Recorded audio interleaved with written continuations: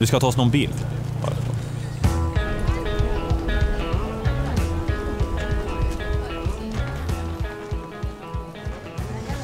Man bliver lidt en anden person, når man tager sin arbejdsuniform på. Det er sådan, man får en anden form for autoritet og påtager sig også lidt en rolle. Kom jeg hjem og fortalte mine forældre hva jeg skulle bli. Og faren min holdt jo på å dette av stolen.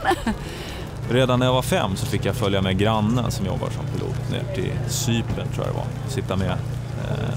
Sitta med vid landningen, och då visste jag att vad det var jag skulle göra. Jeg har hatt interesse for fly lenge da. Jeg har jo, når jeg var liten så jeg på disse flyene og lurte på hvordan egentlig fly kunne fly. Sidste år har jeg rejst 10 gange privat. Så jeg rejser rigtig meget, jeg elsker det. Jeg tror også, at det er en passion, når man arbejder i luften, så det er også en passion at rejse ved siden af i sin fritid.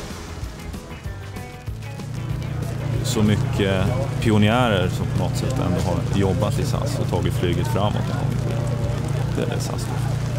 Det er et af de ældste flyselskaber, som vi har oppe i Skandinavien, og det repræsenterer både sikkerhed og den der særlige kære over for passagererne, og jeg er stolt af at kunne være en del af det og være med til, at vi også er punktlige og kommer afsted til tiden hver dag og giver den her ekstra kære og yder omsorg over for de passagerer, der er ombord.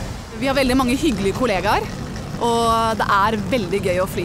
Det er utsikten, det er jo fantastisk utsikt.